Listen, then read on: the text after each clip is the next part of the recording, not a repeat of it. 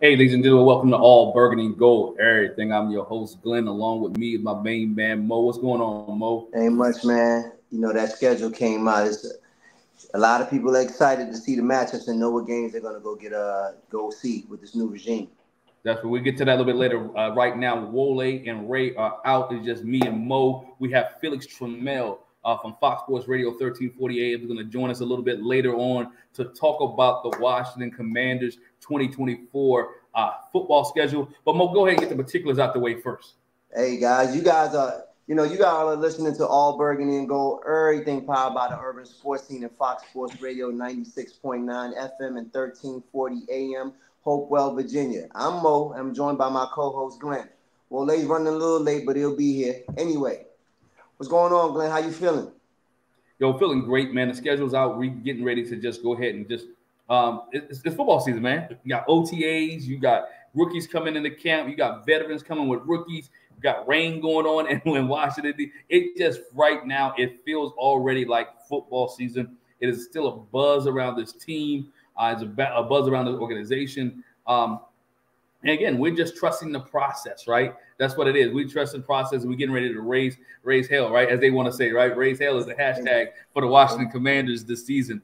So we're going to just really in tune to what's getting ready to take place. But before we even get into the show, man, those that are watching us, make sure you leave some comments. Make sure you subscribe. Hit that bell notification on Instagram, Twitter, Facebook, or wherever you're watching us at. If you're listening to us on the podcast on Spotify, go ahead and leave a comment and leave a 5-star review so you know what, so we can get the algorithm keep cranking up so you can go ahead and share this with somebody else, because the All Burgundy and Gold everything is giving you everything about the Washington Commanders this year. Hey, and those of you who are watching us live, make sure you talk in the chat because we want to get it live and jump in. Let us know what your schedule is all about, what you think about the schedule. Also on Twitter, we have our Twitter poll up. What game are you circling on the schedule for the Washington Commanders this year? So let us know what that, man. Leave the comment in the comment section below. But Mo, man, how you feeling, man? Everything's going well with you, and I know Giant Land ain't doing all right, but it's okay, man.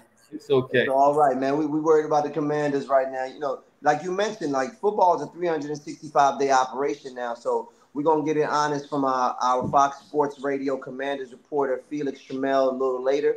I'm just interested in seeing how everybody is and how everybody's feeling about this schedule. I know people are already doing their simulations and getting the what they project the record to be based off of how the schedule is. So it's exciting times, man. But we're live here for our Commanders special schedule. We're live here for our Commanders schedule special. The schedule dropped tonight, and before we get into all of that, man, let's get into what the show is what we're going to do on tap today, man. Make sure you guys are out there subscribing to All Burgundy and Gold, everything on our YouTube channel. Make sure you guys subscribe to our podcast on Spotify, iHeartRadio, Apple Podcasts, and just search All Burgundy and Gold, everything. Also, tweet us at ABG_everything, 3 R's, and hit us up on IG at ABG_everything, 3 R's, and like our Burgundy and Gold, everything Facebook page, man. All right, so here's what we got on tap. Let's get right into the schedule. Here we go. Let's go through the schedule. What we got here? We got the Washington Commanders. Week 1, they will take on the Tampa Bay Buccaneers at 4:25. Week 2, they take on your New York Football Giants on September the 15th at 1 p.m. Then the Cincinnati Bengals and Joe Burrow, right, is week 3, September 23rd, 8:15 game. Washington primetime game. I'm always leery about primetime games. Then you have the Arizona Cardinals, right? Arizona Cardinals on September 29th. Then you have the Cleveland Browns on October the 6th. Then you go to that team in Baltimore, right? That team up the road, up 495, whichever way you go. We take on the Baltimore Ravens on October the 13th. Then you have the Carolina Panthers, right, coming to D.C. on October the 20th at 4:05. Then you got the Chicago Bears, the return of Montez Sweat, right? Montez Sweat is coming back to the DMV, to D.C. at the Field on October 27th. Then Washington travels up to New York to take on the New York Football Giants. Then the Pittsburgh Steelers and Russell Wilson, right, come to FedEx Field on November the 10th. Then we travel up to Philadelphia on November the 14th. And then the Dallas Cowboys, November the 24th, come to Washington, D.C., come to Washington and FedEx Field. And then on December 1st, the Tennessee Titans, right? The Washington takes on the Tennessee Titans, who no longer have Derrick Henry. And then week 14, yet again, the Washington Commanders get a late bye, right? This is like the third season in a row that the Washington Commanders get a late bye. Week 14, they get a late bye. Then after the bye, they take on this New Orleans Saints, right, on December the 15th. And then on December the 22nd, right before Christmas, we may get a Christmas gift. They take on the Philadelphia Eagles at home, and then they take on the Atlanta Falcons, right? Atlanta Falcons, whether it be Kirk Cousins or Michael Penix at that time, come to Washington, D.C. I'm hoping it is Kirk Cousins, but only just the time will tell. The Atlanta Falcons roll through Washington on December the 28th or 29th, time to be determined. And then to close out the season, the Washington Commanders go all the way down to AT&T Stadium and take on the Dallas Cowboys to close out the season. That's the schedule, man. It's a lot on the schedule. The schedule is good, but we're gonna bring in our main man Felix Trammell with Fox Sports Radio 1340 AM, Atlas Commanders beat reporter, and we're gonna talk about the schedule. Felix, what's going on, my brother, man? How you feeling, man? What's going on, my crew? Hey, I'm feeling that Orioles hat, man. You know. Hey, man, just trying to make colors make. I'm just trying to make colors make sense, man. Repping the WNBA, you know. I see. Yes, sir. Man, let's jump right into it, man. Thanks for being on the show, man. When you looked at the schedule with all these intriguing matchups, what was the first thing that came to your mind? The NFL is hard, man. Like it used to be like, all right, there's a group of games where you're like, all right, we'll be, a team will be all right, this is the tough section. Like it's I don't see that anywhere, but I see a good balance though. Like I like kind of the home away balance. There's not too many homes, not too many aways. You're not starting out with a juggernaut. I think that's very important for Jayden Daniels in his first game. He's not starting with a massive game. So I like that. I like that aspect of it. The tougher games just seem to be at the right time. I think that the one that sticks out to me is the Eagles on a short week in Philly. That's going to be tough. That's just going to be tough. That atmosphere. That's the game that that the lights went off on. Like, that's going to be a little tough. But having that division game on a short week is just going to be something new. But I like it. I think the schedule balances out really well. Matching the NFC South is a good matchup. It balances going against the AFC North, which is going to be a lot tougher. So all in all, it's a good schedule, and I'm excited for it. When I saw the schedule, I saw that the Commanders had the 19th strongest strength of schedule, with right about a 500 record from the team's records last year. So when you looked at any one intriguing matchup, like just takes you aback, and why? I think it's Baltimore. I think it's the Ravens, because the projection of Jayden Daniels and what the quarterback he's presumed to be, like if you see all the metrics of what he could be, his comps, it's Lamar Jackson. And it's that game, because that franchise has just been the standard of consistency and winning. And that has turned into a rivalry. And if, 2020, that game got taken away because it was COVID. I happened to be there, and it was just weird because no one was there. But you go back to the 2016 one with Kirk Cousins up there, they won. Then there was the RG3 game in 2012, and that probably was one of my top 5 regular season games I've ever been to. Just the atmosphere and the energy of that game. So that's the game I'm looking at, that Ravens game, and they get it the 6th week of the season. So by that time, they should be nice and rolling. They are, kind of figure out the offense, kind of understand how Kingsbury wants to run the offense and Quinn wants to run the defense, because that's going to be the standard bearer. And that's the franchise we should be trying to emulate. That's right up the road. So I think that's the game that kind of is like, okay, let's see how it works. All right. So that would probably be my game. That's like where this franchise is going to be this season is going to be determined by that game. I think that's an excellent matchup to highlight, especially after they're going to play the other teams in that division. They're going to play 2 other teams in that division prior to, with really, really good defenses, especially the Cleveland Browns the week prior. So that'll be a good tune-up. Or or let me say this, it'll be a great stretch of games for everybody. People will be extremely sold on Jayden Daniels, or they'll still have some questions about him based off of that. As he comes off of the Bengals game, the Browns game, and into the Ravens game. So I think I'm with you there. Wole. What's up, buddy? What's going on, man? Good to have you. Thank you. Appreciate it, sir. Man. Hey, man. Thanks for you guys joining us. We posed the question to Felix about what's the one marquee matchup you were looking forward to this year on the schedule. It's easy. I already know my matchup. It's easy. Who? Oh man, I want to see my man. I get to see my man Marvin Harrison Jr. Dog. I want to see that game ASAP. I want to see that. You know how much I've been saying I want Marvin Harrison Jr. Man, I want to see it. I want to see it in living color. Yeah. I want to see what Washington could do against Marvin Harrison Jr. Hey, for a Michigan guy to say that's big of you, man. Dude, that's real big of you. Dude, he gave me my nightmares. I know how good he is. I know exactly how good he is. I think the last Oklahoma player I said I wanted was Adrian Peterson. Exactly. So but I was like, yo, you got to get Adrian Peterson. Yeah, like so you know what time it is. Also, like when that means you like Texas? Yeah. A big time Texas Longhorn fan. My man in Texas dude for real. Glenn, man, we heard from Wole, we heard from Felix. What's the marquee matchup you looking forward to this season? Mine's is a Cincinnati game. Yeah. I'm gonna tell you why it's Cincinnati, because that becomes if you're looking at the schedule, that one is one of the first competitive games that you can see them play, right? You look at the Tampa Bay, you're like, whatever, right? Even the New York Football Giants week 2, okay, whatever. Even though the Giants have had the Washington Commanders number for the last couple of years, right?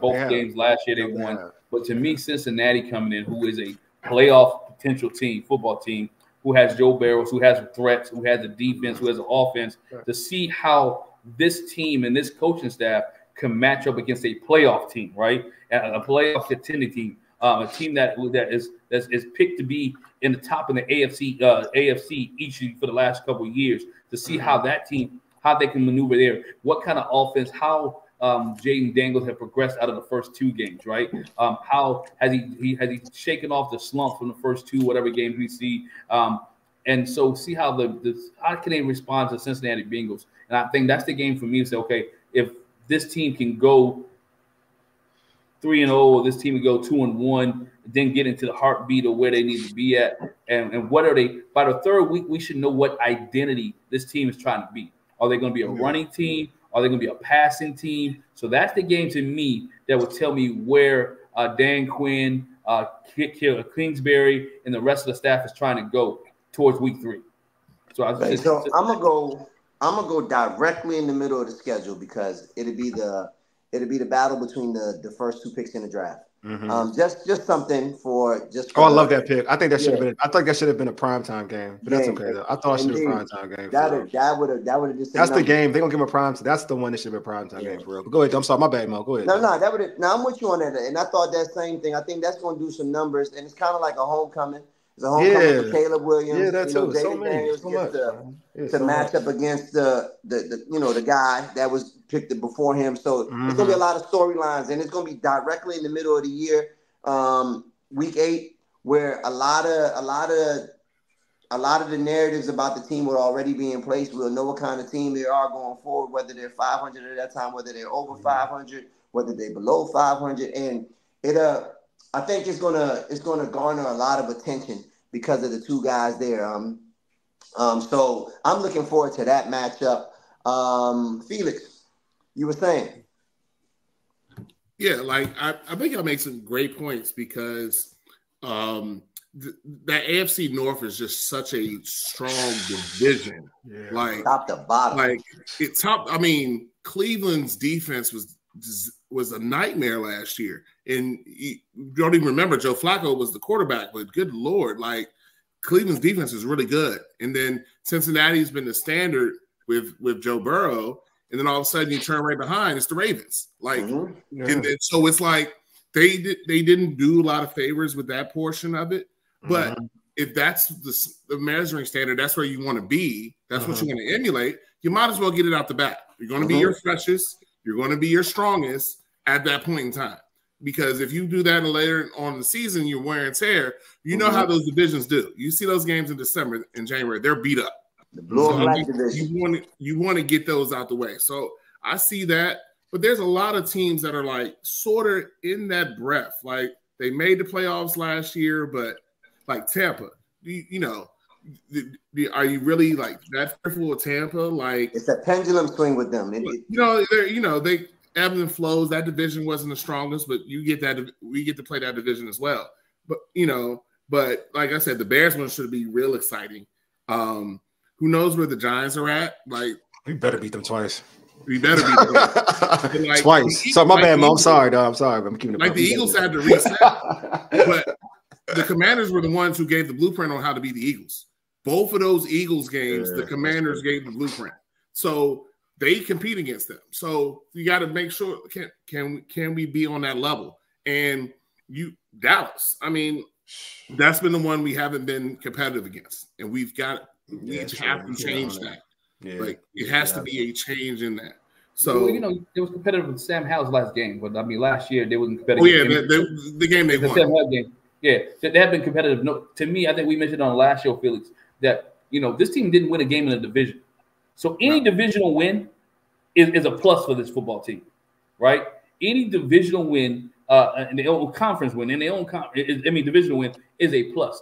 They went 0 for like 0, nada, zip. They gave a blueprint to beat Philadelphia, but somebody else took the blueprint and built the house, right?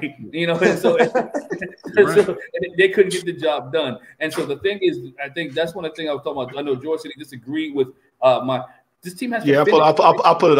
Hold on. I'll put it. What did George disagree with me? I think. Oh my bad. Here you go. You have preseason. You got OTAs. You got all these. You should know what you're going to do by week 3. You should know what team you are, what you want to establish, who you want to get the ball with. They may not be consistent with it yet, but you should know, hey, what I got Jaden Daniels to do. What can he do? What can my running backs do? What can my receiver? What kind of formation and packages I could be in? With this, and I say this, and I said I know there's a lot of moving parts, but if they didn't have a veteran coaching staff, I would say I would agree with you, George. I would totally agree with you. But this is a veteran coaching staff that has multiple coaches who have been head coaches in this league on the staff. This team should never come to a game or come to the season unprepared like we saw in the Ron Rivera regime. All these head coaches, Anthony Lynn, Kingsbury, Quinn, Brian Johnson, who could have been a head coach. There's a lot of head coaches on the staff, and this team should be together and effective by week 3. And I think I'm with you on that. It's going to lead me into my next segment. Glenn, can I actually have you put the schedule back up, if you don't mind? Oh yeah. Now, with how the schedule plays out, my question to you guys is: when you look at the schedule, right? Like, where do we see the pivotal point in the season? What collection of games, stretch of games, do we think is going to be the most pivotal part? To combat what Greg just said, because I was wiggling a little bit because the Bengals start a 4-week run of highly contested championship level football teams that the Commanders have to face with a rookie quarterback and Cliff Kingsbury as the offensive coordinator. So I'm asking you guys, which stretch of games do you see that you think is going to be the most pivotal? Thank you, Glenn. Can you put that back up? Let's say I think I got mine. You got yours? Okay, go ahead. Week 7 to week 10. Agreed. That's why I agree. That was mine. If they're going to be a good team, if they're trending the right direction, week 7, 8, 9, and 10. So that's the Panthers, the Bears, the Giants, the Steelers. Yeah. You've got to win 3 of those 4 games. I agree. Woo. If you don't, that is the thing. You should be better than those 4 teams if you're going to be on the way you're going. We saw what the Panthers were last year. You saw what the Bears were last year, with the exception of the Thursday night game against us. You know where the Giants are, and you know where the Steelers are. Mike Tomlin's a great coach, but we saw what Russell Wilson was like. If you don't get 3 out of those 4 wins, it's not going to be your record's not going to be good. It's going to be tough sledding. It's going to be tough. Yeah, it's going to be tough sledding. So I agree with Felix, but I'm a little different with that. So I think the Pittsburgh game is going to be hard because I don't even think Russell's going to start in that game. I think it'll be Justin Fields in that game. I think by that time, Fields versus Daniels. I think Fields will take his job by then. Because I'm with you. I think Russell's done. So I'll just be honest with you. I think Russell's done. So I agree with you about Russell, but I think he'll be so bad that he won't get to that point. So I do think the Steelers will be a better team by that point, because that's how the Steelers do. They turn it on in the midpoint of the season every year. Like that's the point in time when they kind of get things going.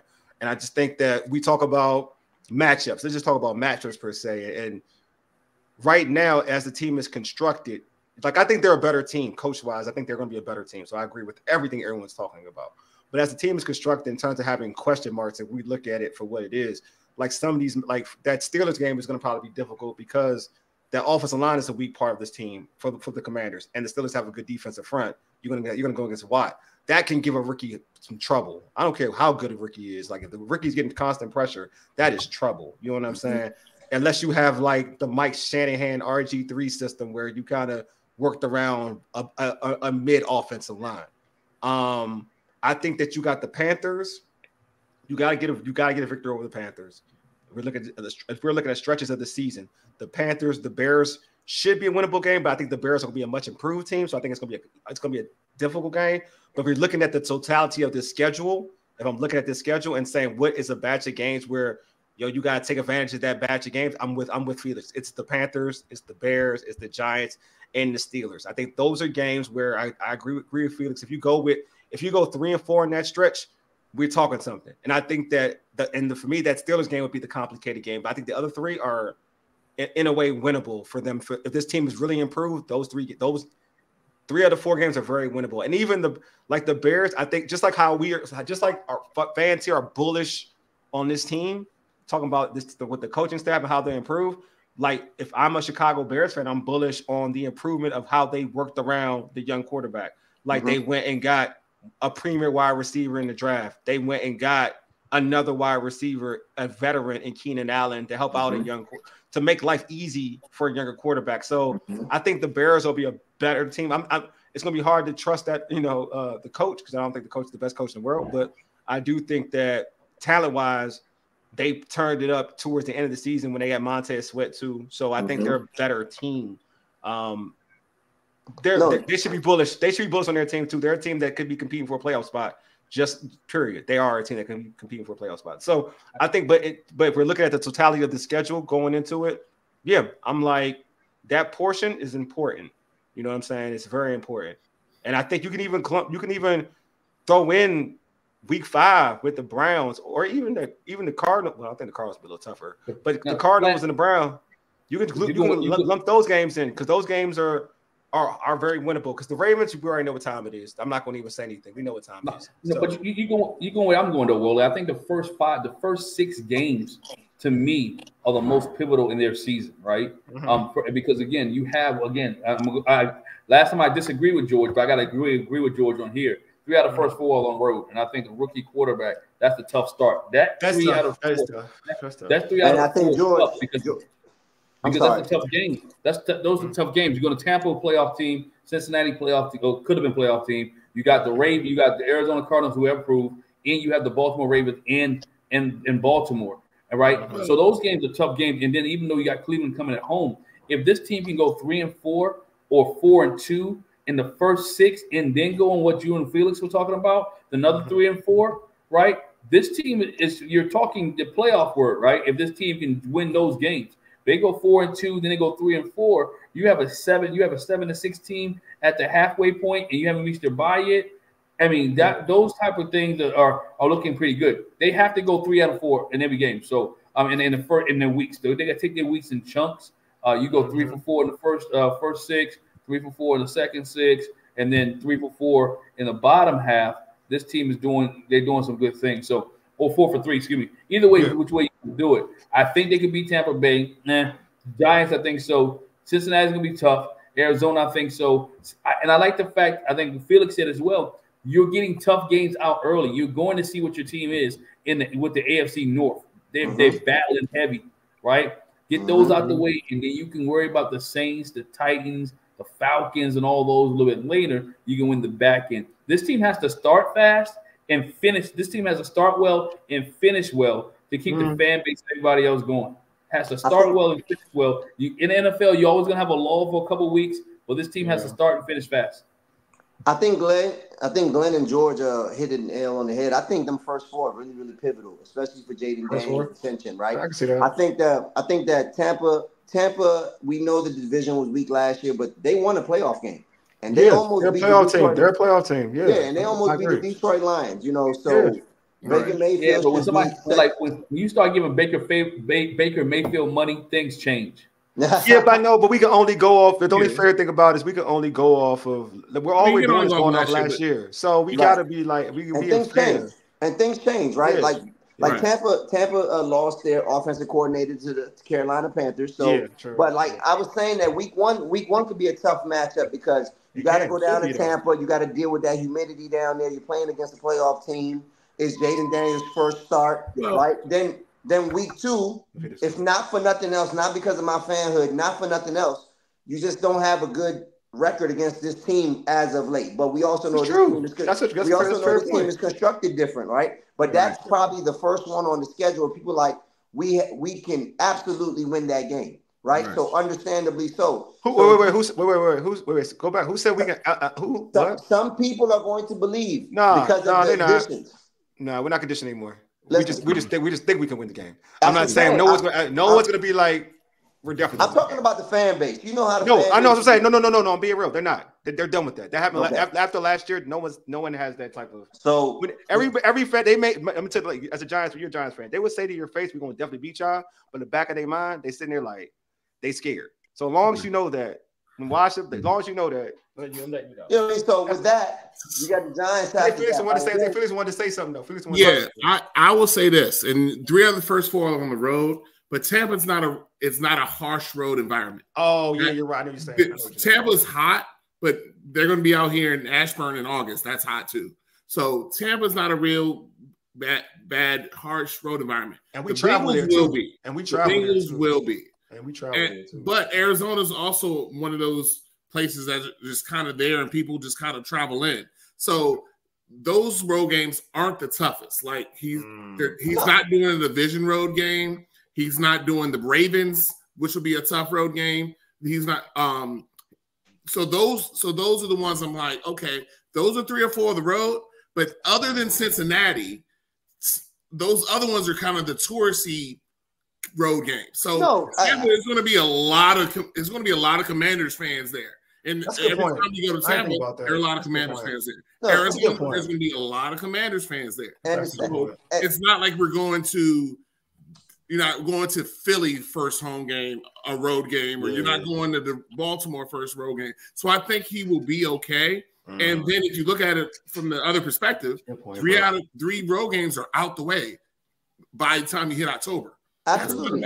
I think what I was trying to get at was like, the fact that Tampa is a playoff team, we know the Bengals are a perennial playoff team, and Joe Burrow, whenever he plays and he's back, like they're typically hitting on all cylinders, and the way that team is put together, right? So that'd be the first one where people are like, they probably count that as an L. But then the Cardinals game is kind of like a homecoming for Jaden, right? Because he played at Arizona State, it's a West Coast team. Too. So like just those emotions, those emotions to be back in that state in which he started his college career. But like I think that a positive any record 500 or above in that segment of the season puts them in position to withstand what's coming the next 4 weeks against the Browns, the Ravens, and what's to come. So that's why I think that stretch is really, really pivotal, because if you on the downside of that stretch, it can get ugly really quick.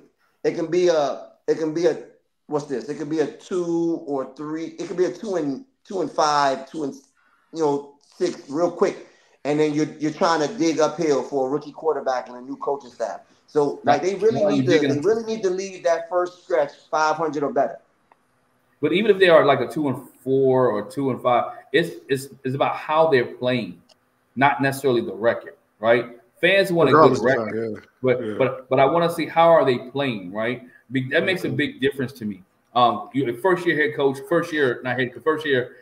with the Washington Commanders, gelling the team together, because no one's really been here that was here. All kind of new offensive system. And if they are 1 and 5 or they are 2 and 4, are they close 2 and 4, right? I know there's no more victories in the NFL, right? But are they a close 2 and 4? Are they getting blown out? Are they prepared? on the field? Does it look like what we saw with the previous regime, or is this moving in a better progress and they're, losing it late or whatever the case may be? Can they finish? This is what I'm looking for in those first 6 games. Can they finish? Are they competitive? Are they in there to win the game late, have opportunity? And is Jayden Daniels progressing, right, as a quarterback each and every week?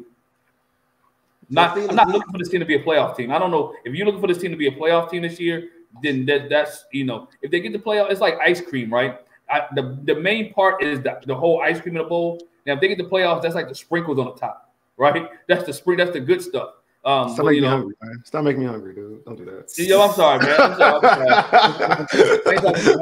I'm looking for this team just to be able to be competitive. I've been on vegan food, man. And to be in the football game. And I know I've been saying it for the last couple of weeks, just to win a divisional game. I thought last year not winning a divisional game to me was like boo-boo. You should always be able to win a game in your division.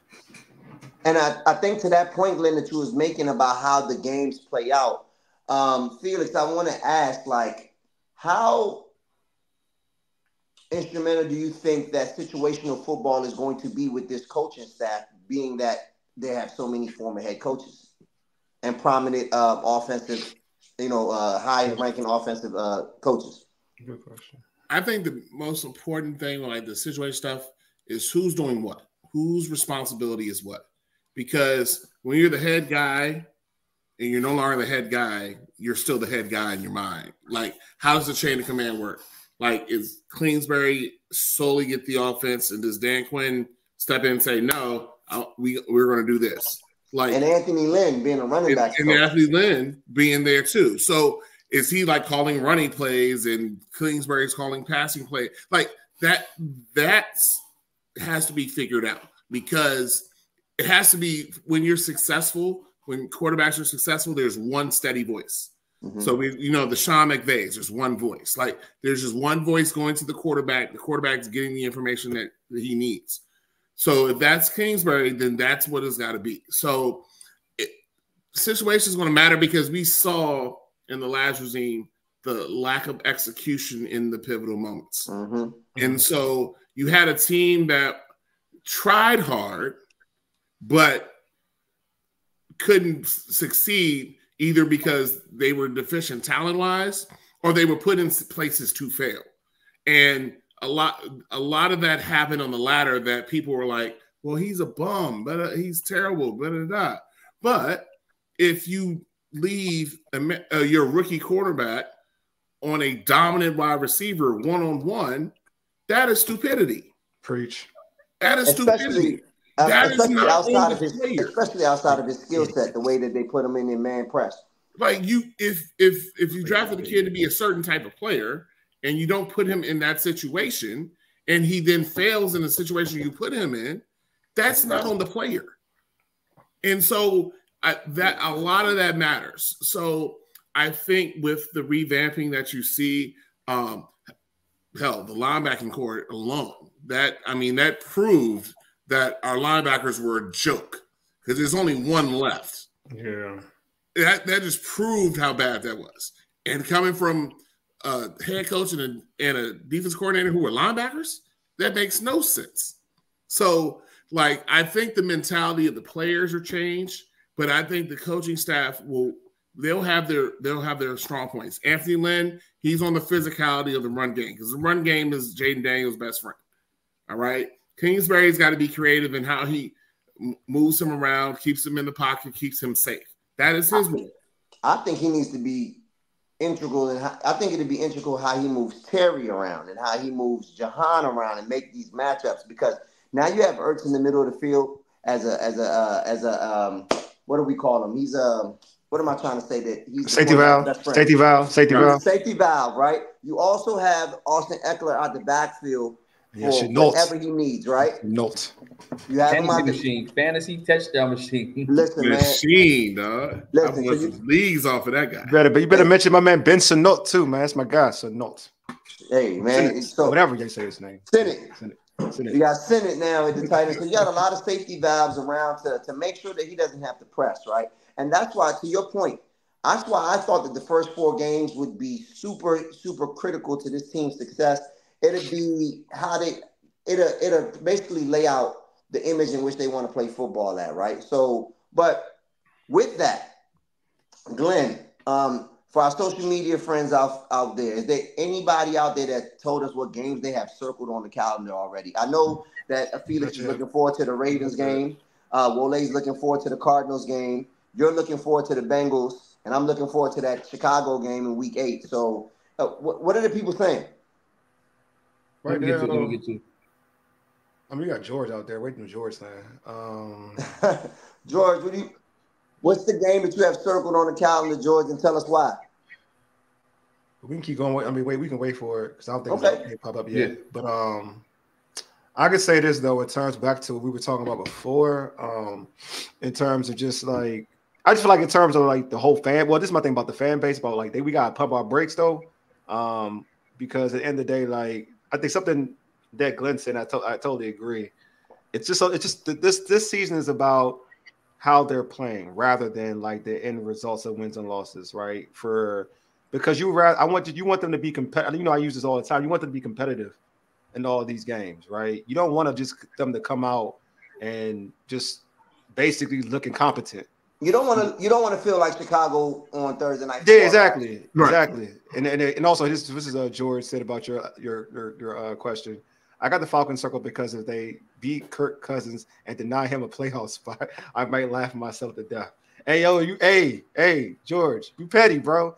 And like I'm for it because everybody know I be kind of hating on Kirk too because I keep the buck.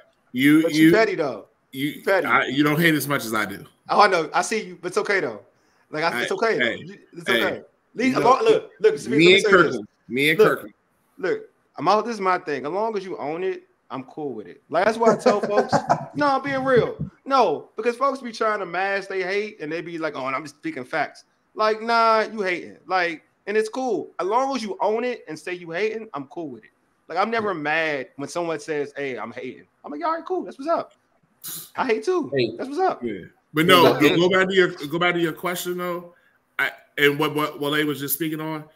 It's about how they're playing. How is this team developing? Because we see the 2-year plan. Remember the Lions the year before? They were like, "Oh, they're almost there." Like it's da da da da da. And then the year 2, boom. Next thing you know, they win the division. So they were trending in the right direction. We have done circles and nosedive. We're never gone in the right direction. So, like Glenn said, if we're competitive and losing, which happens because this is the NFL, bro. It's NFL. Are we doing it the right way? Are we becoming an identity? Are we becoming a whatever it is? Be whoever it is. Because we saw Cincinnati coming before they got here. Yep. We saw the Bills before they got there. Yep. You saw the Eagles on the way. Because remember, the Eagles were close. They blew up the whole thing, and then they were close. Mm-hmm. Then they made the playoffs. Next thing you know, Super Bowl. Facts. We have to be some linear motion of becoming a better team, whatever that is. Well, then more than four games is a success, right? There you go. It's supposed to be better than last year. That's what you want. Well, yeah, better last year. 5-5 is good. 6-6 is better. Anything over 5 games with this team is kind of ecstatic, right? For first year. And I'm not aiming the bar low. It's just what you have been in the past. You want to increase. But the A_Deuce on Twitter said the game that he's looking forward to is the last road game, which is the Dallas Cowboys. Yeah. And they didn't elaborate because think about it. If George talked about being a spoiler for the Atlanta Falcons, the Commanders could be the spoilers for the Dallas Cowboys. I mean, that would be great. This is my thing. We're starting a rookie quarterback. So I don't compare one to the other. Huh? Houston started a rookie quarterback. That's what I'm saying. I'm saying that's my point. He's not. That doesn't happen every year. Like that's the thing. We all your greatest quarterbacks ever that we call GOATs, that are one of the GOATs in the game. Some of the GOATs that perceive one of the GOATs of the game. They struggled their rookie year. Troy Aikman struggled. I don't call him GOAT, but you know what I mean. Troy Aikman, John Elway, Peyton Manning. These dudes lost their rookie years, bro. Like they weren't winning games; they were losing. Jared Goff just got the bag. Did you see his rookie year? Did you see his rookie year? He did have Jeff Fisher though. But not forget coaches. Like I know, but look. But I would never let Jeff Fisher. No, I'm just talking about. No, when folks were talking, I'm gonna tell you this: when folks saw him on Hard Knocks, they were like, "This dude dumb." Sorry, I'm gonna keep it a buck. I'm just telling you, like I said that in 2006 with Vince Young. In the Super Bowl. What'd you say? What'd you say, Felix? I said that in 2006 with Vince Young. Yep. Yeah. I saw it then. Yeah. Like Felix? It was bad then. Felix. Yeah. Who was the head coach in 06 in Tennessee? Oh, you talking about Jeff Fisher? Oh yeah. It's Fisher. No, I'm just telling you, regardless of coach, I'm just telling you what the play of a quarterback. I'm just telling you. But he did that. He did that too with McVay when he was St. Louis, because he in the Super Bowl they had to tell him where to throw to. McVay did All that. I'm saying That's is the McVay. McVay tells Matt Stafford where to throw the ball. Still. Yeah, Matt Stafford just has the wherewithal to know where to go. I understand these quarterbacks. There's a bunch of quarterbacks. All right, you can use freaking Josh Allen sucked this rookie year. Anyway, it doesn't matter. All these quarterbacks suck. A lot. There's not. You can only name a handful of quarterbacks who were awesome their rookie year. It's not that many. It's not like that RG3 Luck went to the playoffs their rookie year. Stroud rookie year. Justin Herbert. You can say Russell Wilson, but he wasn't supposed to, like a first round. Like he was a dude that wasn't even supposed to be one of them, right? Justin Herbert broke every record. Say again. Justin Herbert broke every record. Justin Herbert, and so I'm just saying, and didn't go to the playoffs. Team struggled. He didn't go to the playoffs, but we just gotta understand what we're doing. Like we gotta understand like what we're doing. Like because like you were talking about that, a lot of these guys are predetermined into these quarterbacks what to do. A lot of these quarterbacks are. I'm told on this play to do this at that point. Exactly. It's not that they have this innate quarterback ability. Now, that's where the elite crop separates from your starting NFL quarterback. And there are very few in that elite crop. And we know who they are. We know the Mahomes. We know those guys. But you see the 49ers get to where they got with a system guy. Mm-hmm. So there's your two avenues. There you go, bro. Because you can win with a system guy. Yeah. Or you can win with that elite guy. But that elite guy has to have the tools to be elite. Indeed. And if we believe that Jayden Daniels is that elite guy or can be an elite guy, then we got to give him all the tools to be that elite guy. And I think that was the knock on him coming out initially before all of the hype, because when he left Arizona State, he was a one-read quarterback. When he got to LSU, same difference until these two wide receivers became first-round draft pick type talent, and he had a second year in that offense, right? So that is what we have seen at the quarterback position over the last couple of years. It's kind of that's why the Bears drafted Mitch Trubisky over Deshaun Watson, because they thought that Deshaun Watson was a one-read guy, and a lot of these offenses are predicated on that. But Kyler Murray. He did. Kingsbury did the same thing with Kyler Murray in Arizona. That's why they went out and got D-Hop for him, so they can put him on one side of the field. He can get it out immediately, and then as he learned, he continues to learn how to read the field. I think that's part of Justin Fields' problem now. So, but go to your point though, Mo. Jayden Daniels, you talking about him, the first round receiver, throwing the first round receivers. Jahan Dotson, first round. Terry McLaurin, first round. Right, he has first-round receivers that he's throwing to now. Pro Bowl receivers, and then Pro Bowl receivers he's throwing to, and he has the tight end, which you mentioned earlier, Zach Ertz, who is a safety valve that he's throwing to. Yeah. So he has more weapons than he does in the NFL than he did when he was in college. But he got to read the field. It's about the read. Is what I'm saying. It's not. I know you can get it out. It's about the read, right? But I got to put y'all feet to the fire. Everybody's been dancing around this big topic. Oh, it's how it looks. I want to see the situations. What? Right now, Felix, in May, we're looking at the schedule. Okay. What will the record be?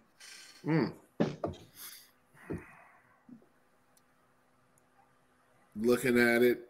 And you know we tallying it. And we're going to talk about this in December next year. 6-11. That you are what? You know what? I was supposed to be real negative, but I end up being more positive. I'm not. No, you're not negative. You're not negative. No, you're not negative. No, I'm saying that's yours. I'm being realistic because I'm with you. No, believe me, I'm with you. The team is still deficient an offensive line, and I'm talking about tackle. I totally agree, bro. I think the center of the line is going to be better. I think they're a year away in secondary and another tight end because Zach Ertz is the stopgap. Yeah. Once we get there, I think they'll be there. And I think not to say, and to use your point, Jaden Daniels, the reason why I was supportive of Jaden Daniels because he played at LSU, which means he played in the SEC, which means he played against all these guys he's about to play against on Sunday. So fair point. He's in his out of conference game last year was Florida State, which was a top 3 defense. And and 6 of those guys are in the league. So you gotta he's seen that sort of level. So that's why I'm not that afraid. It's not like we got a guy from like Montana State that's playing Division II that all of a sudden everyone's as big and fast as you. But I'm seeing 6'11", maybe 7 and 10, because I do think they're going to start doing things a different way and be more consistent. But the AFC North worries me. It does. Our division worries me. But if they go, they steal 2 games in the division, win 2 division games, go 3-1 against the NFC South, then it's a good year. Yeah, I like that too. I like 3-1 against the 3-1. They got to get busy against the South. They got to get busy against the South. They got to win those games. Yeah, they got to get busy. I like that breakdown, Felix. That's something I agree with. That computes very well. That's something I agree with. That computes very well. Wole. So it's wild. What's the record going to be? It's wild because with Felix, because that was before I looked at the studied the schedule. Like my whole brain was like 5 wins, 4 or 5 wins. But then I broke it down. I don't know. I got fandom in me. I don't know why, but I had 8 wins, and that's wild for me to even think they can get 8 wins. Yeah, I thought they can get 8 wins. I think it's still a couple games, but I guess because I have faith in the coaching staff, they can get 8 wins. Because I think they can get busy against the South. The North, I think they can. I want to see Deshaun play this year. I kind of wanted before because I feel like the Browns are a tough one, but I got to see how Deshaun really look. Because I think to Felix's point, that Browns game is iffy for me because their strength on defense is our weakness on offense. There's nobody on that line as of today, unless they done some miracle with the O-line. There is nobody today right now that can block Myles Garrett in that front. To this day, in May, there's nobody that can block that line. And I saw that similar line play against Washington a couple years ago, and I saw what they did to that line. And I can make an argument that I'm not sure if this line's even better than that. I can make an argument. I'm not sure. I'm just not sure. Because the tackle situation, I think the tackle situation is horrible right now. You haven't really done anything to tackle to say that somebody's better than the next person.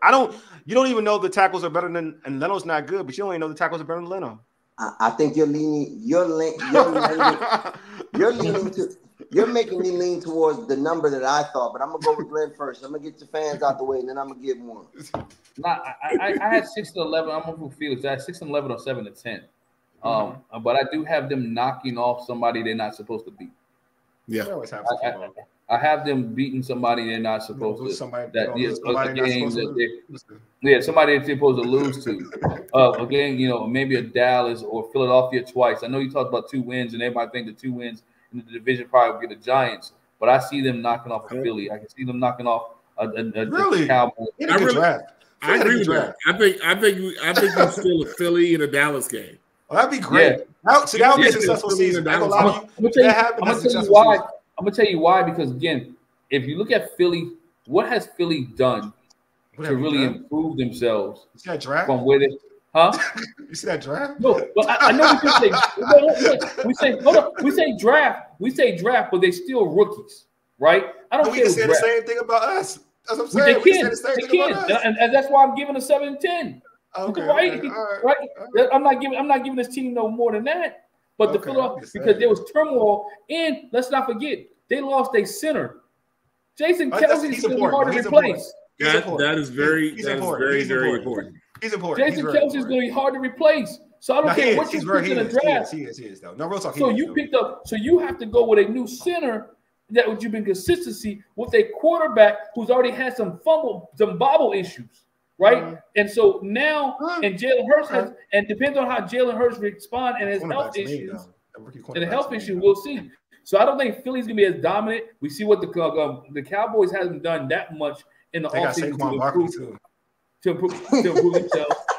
I'm not worried about. Saquon kills us, bro. I don't know what you're not. Saquon kills us. Look. I'm not. I'm saying you. What I'm saying is, I know what you're saying is, but as the line, and I'm not being as a fan on this. The defensively, linebacker wise, we talked about earlier. Saquon went to a new team, but the Washington linebacker core has improved. It has. With Saquon Barkley, though, bro. With Jalen Hurts. Bro, he just, can we be honest? He had a breakout game. He had a breakout game last year, right? And the Giants still almost lost the game. So if you playing Madden, I'm keep the buck. If you playing Madden, right? I mean, I'm not making this video game. You playing Madden. Team. They got a squad, bro. I'm sorry. I'm keep the buck. Because you still got to cover the two on the outside. I'm not doubting Philly's team. What I'm doubting is Philly still has parts and pieces to put together like everybody else do. The only thing and Felix said it, a Ron Rivera and a Jack Del Rio team had the blueprint to beat this team. And you said the better coaches, right? So you think the better coaches that Washington has the opportunity to should be able to game plan for the Philadelphia Eagles. I agree. But the team is put together different. That's the only thing I'll give. They're a little different. Like, they're a little different than last year too. The weakness that you highlighted at the middle of the offensive line, I can understand, but they did move Dickerson from Alabama, the Pro Bowl guard. They moved him inside the center. So he's going to play center, and they're going to put somebody else in the guard. So I get it, but I don't care what happens. The linebacker core is vastly improved, but if Deron Payne, Mr. $22 million, don't come to play, it don't matter. You said the wrong defensive tackle. No, I said the right one. You said the wrong defensive tackle. The other one, he had a foot. That's the one who played the worst. But he got. I'm about to say that's the one that goes ghost. The one that goes ghost is the one with the C on his chest. Whoa! Yes. The one that goes ghost is the one with the C on his chest. So that's more. That is more than conjecture. You can't give me that's more than conjecture. I've heard it from coaches. You can't give me 11 sacks in a money year and then come back after you got your money and give me 4. You can't do that. I don't care how you dice that up. The other one had a foot injury. It's on Deron Payne. He got the big piece of chicken. So can we both say like both of them ain't show up though? Can we just like be fair? Yeah, both of them ain't show up. Keep the buck to you. Both. Listen, I mean, I like both of them. And I like both of them. They became easier to block when you sold your ends, but that's another story. Too. But no, Felix, I agree with that too. I totally agree with that too. And then teams neutralized them because they went to short passing game and they attacked their linebackers. I'm just saying, like when you pay, like I took to Mo's argument and both to both actually, like both of them are paid pretty well. Yes, both of them are paid pretty well. And in the day, you got Aaron, like you look at some of these other D tackles. And they don't have ideal situations with ends or whatever. And they play with injury too, and they still produce. So I'm just saying, like, at the end of the day, they need better output from their D tackles, period. Like, that's what you need, period. And like it's for Jonathan Allen, he can't lean on the plantar fasciitis issue because he should be healthy this year, so we should get the real Jonathan Allen. And to you, and for Payne, he can't lean on saying that he has to do a lot more. Because now it's year 2 and it's like you need to show out. And also, you can't lean and say, well, Jonathan Allen was hurt. And that's not the reason why I produced the same way because I had to share most of the whatever. Now he should be healthy. So both of y'all should eat. At the end of the day, both of y'all should eat. So that's my thing is like, because I had an issue with both of them, to be real with you. Because it's like a lot of money, you were chosen over everybody else on that D line. You two were chosen. Yeah. Basically, so you two got to produce. I mean, it was that opportunity to trade them. They didn't trade them. They're prepared. Put it this way, they're prepared. My kid from Illinois. They're prepared. Not yet. They're prepared. Don't get it twisted. I agree with you, Felix. I agree. That is why Newton is here. Not yet. Yeah, they are prepared. Don't get it twisted. Because Quinn's defensive line style is different. It's a little different. Yeah. So that could still happen. Indeed. But no, getting back to the original question, the 6 to 7 wins is about the range, maybe 8. Because if you look at it, you get your 2 in the division. You really need to go 4-4 with the NFC South. But let's say you go 3-1. Yeah. That's 5 games there. You should be able to beat the Cardinals. You should be able to beat Tennessee's in the kind of whatever flux Tennessee's in. Mm-hmm. They're in the middle. That should get you to 7 wins right there. And that's what I was going to say, Felix. When Wole said 8, I said I was somewhere between y'all two. I was saying at best 7. Yeah. But I think y'all are under. I think y'all are underselling this AFC North. They can easily go 0-4 versus the AFC North. I agree. No, it's underselling. They can easily go. No. I don't think I think they go. I think they go 1-3 against the North. And the most likely team. Oh, you said Tennessee? 0-4. Oh, they're South. They're South. They're the extra game. Yeah, they're going to go 1-3 against the North, and the most likely game for them to win would be the Steelers. You think so? They would find a way to beat Cincinnati or Baltimore. They didn't say it was going to happen, but they can find a way. I think the most likely game. Yeah. The only reason I said will Chubb be back by the time they play Cleveland? I don't think Chubb should play at least the first half of the year. I don't think. I'm gonna be real with you. So real talk. That's what I was. The Cleveland game was the reason. That's why that game is probably the more winnable game to me because Chubb. I mean, I got to see. I'm a believer in Deshaun, but I got to see it to believe. It's been too long. It's been too long. So I'm gonna be real with you. Cincinnati game. So I'm saying Cincinnati's the game. That's the winnable game. Yeah, because nobody wants to be there right now. Their receivers don't want to be there. They got people. They got some trouble in the organization. I'm about to say T tried to leave. It didn't work. Yeah, there's some turmoil in the Cincinnati Bengals organization, and I don't think they can get it fixed. Glenn, by the time T Higgins get to the field, and that $20 million is guaranteed. What's name? Mixon's gone, right? He's gone. Yeah, right? Mixon's gone. That's $20 million. I don't understand how they running back. Is our boy still there? Who? Oh, P. Ryan, he's still there? P. Ryan. He's still there? I thought he was in Denver. Oh, P. Ryan left too? He's in Denver. You know what? Maybe that game isn't that bad now. I think about it. Because, I mean, you're going to be relying They lost Boyd. They don't got Boyd. They got Zach Moss at the running back. Oh, yeah. They don't got Boyd. And they got Gesicki at the tight end. Huh? They got Gesicki from they starting him, though, because he don't block. He don't block, bro. He's starting. He's starting right now? I like Gesicki. I always like Gesicki. So that's what I'm saying. Cincinnati, and they added Trent Brown on the offensive line this year. I like Gesicki. Yeah, so, I mean, Cincinnati's going to be solid, man. I think when we think of that, we still think Burrow where Burrow is. That too. There is question marks now. But I think my point to the AFC North was the weakness of the team in the offensive line. All 4 of those teams has a premier pass rusher that's going to be coming. TJ Watt is coming, and Alex Highsmith is on the rise. TJ Watt is on the. Now we ain't pausing that. He's going to arrive. I was waiting on it. I was like, TJ Watt is going to come around that end, and he's going to arrive where he is to his destination. Right? Myles Garrett, you know Myles Garrett. Hey, he was trying to get through it. I kept whispering. I said, I couldn't even say it. Mo was like, no. Mo was ignoring you, man. Mo was ignoring you. He was in full thought. I know. Man. He's in his zone. Mo was flowing. He was He was a good. Mo made great points though. No, he's that's the pass rush is what I'm concerned about. The pass rush is what I'm concerned about for the Commanders. I don't think and how they handle it. So I think they have to scheme it, and that's a Kingsbury thing. You have to scheme it because they did get more athletic on the line. The line is more athletic. It's more than it was. They were turnstiles. It was Cosme and turnstiles. Mm-hmm. Now they're more athletic.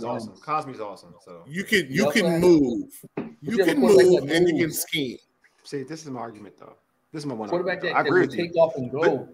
See, this is why I think the O-line is weak. This is my opinion. You can make the argument, and this is my opinion, that Cosme could be the best right tackle on their team. You can even make the argument maybe the best so he could maybe be a better left tackle than anybody on the team. That's how bad the tackles are. Well, I mean, he was a tackle in college. That's what I mean. I know he was a tackle. No, and I don't think I actually think he had a raw deal. That's another argument. But that's also true. But but I'm saying you can make the argument that he's better than Wiley at tackle. I'm better than Wiley at tackle. There you go. Wow. That's why tackle's a problem. But go ahead though. I want you to continue. Yeah, because I was never that. Oh, hey, Linnell, you think we going 10-7? Oh man, that's what Linnell said. We going 10-7. He said 10-7. I gotta get out to Ashburn. I gotta see it. Hey, but no, I think. Go ahead though. I don't believe in camps. Go ahead though. But they have ways to help on the line, like Ertz and the rookie tight end. That's going to help the line. Yeah, I agree. Because he blocks his butt off. There's one thing that Kansas State guys do is block. They will block. So I think that's a cover as well. So I think it's a scheme thing. You got a scheme to help that deficient position because you still have good weapons like Eckler coming out the backfield. You blitz too quick, you slip Eckler out the back. It's a dump off. Now you're one-on-one in space, which is what you live for. So I think there are ways around it. But the AFC North is notoriously tough. I mean, that is what it is. But that's what you're trying to emulate. Because if you can become one of the makeup of one of those teams, you dominate the NFC East. Because the NFC East pretends to be physical. The AFC North is physical. No, absolutely. And they just keep adding to it, man. But we got everybody's prediction. We've talked about the most pivotal points in the schedule, man. It's been a dope show, man. Felix, how can folks catch your content and hit you up on social media, man? Yeah, you can follow me at Blessed Commander or BCommander2407 on Twitter. I will be out at Ashburn, not this coming week, but the week after for OTAs and mini camp and all that stuff. So I'll be there for those things. I'll let y'all know what I see. Hopefully it's 85 degrees and not 60 and raining like it's been the last few days. I like cold. That's that, bro. The cold is good. Go ahead. I don't mind the cold. It brings character, man. But if I had to be out there for 4 or 5 hours, I ain't trying to be in it. Not for you. I respect that. Like, you know what I mean? I used to sweat all the time. I hated that. I hate the heat. But no, they can catch me there. That's exactly. So y'all go ahead and follow Felix, man, at Blessed Commander on socials, man. Thank you, man, for coming on and breaking down the schedule for us, man, giving us your insight. No problem. Now I got to book my flights. Hey, baby. We're going to travel around this year, man. Wole, do the particulars for us, baby. Oh, the particulars. There you called me a girl. I was chilling. I was kind of proud of you, bro. You know what I'm saying? Like I was actually proud of you. It's like my man Mo, he holding it down. Hey, so my man Mo said, do the particulars. I'll do it. Subscribe to our podcast on Spotify, iHeartRadio, and Apple Podcasts. Just search All Burgundy and Go Everything. Also tweet us at ABG_everything. Hit us up on IG at ABG_everything. I like our All Burgundy and Go Everything Facebook page. If you are watching this on YouTube, make sure you subscribe to our All Burgundy and Go Everything YouTube channel as well. Hit that red subscribe button, like this video. Man, this has been dope. Again, always appreciate the homie Felix for being on, man. Felix one of my sir, Felix. Man, appreciate you, Felix. Man, and what I like about Felix is that he's loyal. You know what I mean? He's loyal. He's an Orioles fan just like me. He said, forget that little Washington Nationals crap and stay the HTS with the B More team. So appreciate you, Felix. Yeah, man. I ain't going nowhere. I grew up in Memorial Stadium in Candy Yards. There you go, bro. You know what time it is, man. I ain't leaving. So yeah, I appreciate the loyalty, man. Y'all listen, y'all folks who are Commander fans who are National fans, you're not loyal. You know what I'm saying? You're not like, hey, to quote Kendrick, you're not like us. Anyway, hold on, real quick. I know you got to close out. Hey, so if you're a Commanders fan and an Orioles fan, are you a Laker fan as well? Yeah, I'm a Laker fan. I grew up a Laker fan. I'm loyal. Nah, I despise the Lakers. I stopped. Jack can cook. Hey, anything. Hey, purple and gold I can't do, but that's the cap in me. Man, you know what I'm saying? Look, I ain't mad. If you're a Bullets fan, I cannot be mad at y'all because that's some real. I'm a Bullets fan. You're a real one. I need Bullets. If you're a Bullets fan, man, you're a real one. I ain't gonna hold you. Anyway, everybody cry about the Commander's name. The Wizards' name is the worst name in sports. Man, that is a horrible name. They need to go back to Bullets. That's a terrible name. Anyway, thank you all for tuning in. You've been listening to All Burgundy and Gold, everything powered by the Urban Sports Scene at Fox Sports Radio, 96.9 FM and 1340 AM, Hopewell, Virginia. For ages, you dig? Deuces, we out.